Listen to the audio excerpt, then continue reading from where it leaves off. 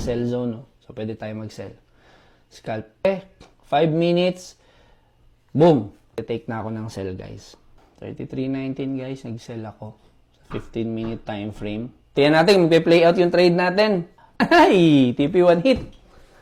At least, nandito sa live na. Sino kumita sa scalping? Nagbigyan tayo ng market. Thank you, Lord. And yung in-execute natin, nag-profit siya, kumita siya, and that is actually the reversal strategy. Ito nga, guys. So, ito yung trade signal na execute ko yan dito sa TrueNorth VIP natin. Yan yung signal. Total na kinita natin today, $600. So, 611. So, yan yung kinita ko ngayon sa trade na to.